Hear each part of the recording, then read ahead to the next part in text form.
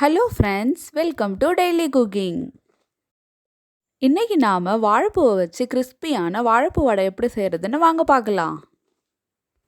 ஒரு கப் அளவுக்கு கடலைப்பருப்பு எடுத்துக்கலாம். நல்லா வாஷ் பண்ணிவிட்டு 2 மணி நேரம் ஊற வச்சுக்கலாம். ஊற வச்ச கடலைப்பருப்பை நல்லா தண்ணியெல்லாம் வடிகட்டிட்டு மிக்சியில் மாற்றிக்கலாம். இதனோட 4 காஞ்ச மிளகாய் சேர்த்துக்கலாம். ஒரு ஸ்பூன் சோம்பு சேர்த்துக்கலாம். தேவையான அளவு உப்பு சேர்த்துக்கலாம். எல்லாத்தையும் அரைச்சிக்கலாம்.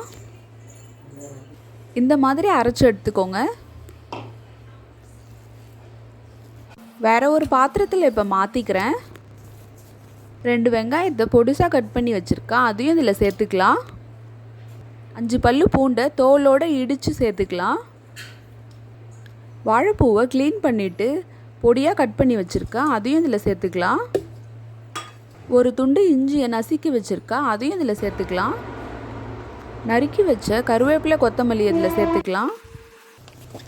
எல்லாத்தையும் நல்லா மிக்ஸ் பண்ணிக்கோங்க. வடை ஷேப்க்கு தட்டி காட்டுறேன் பாருங்கள்.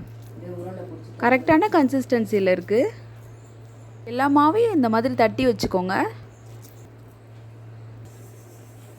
வானல் காஞ்சதும் பொரிக்கிறதுக்கான எண்ணெயை சேர்த்துக்கலாம். எண்ணெய் காஞ்சிருச்சு. 1 by 1 போட்டு பொரிச்சு எடுத்துக்கலாம்.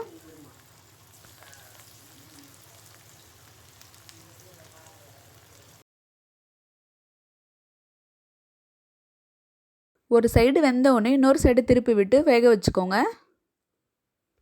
வெந்துருச்சு. இப்போ நான் வெளியே எடுத்துடுறேன்.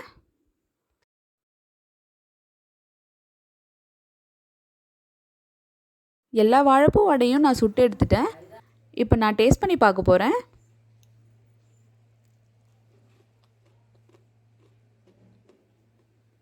இந்த மாதிரி சத்தான வாழைப்பூ வடையை உங்கள் வீட்டில் நீங்களும் செஞ்சு பாருங்கள்.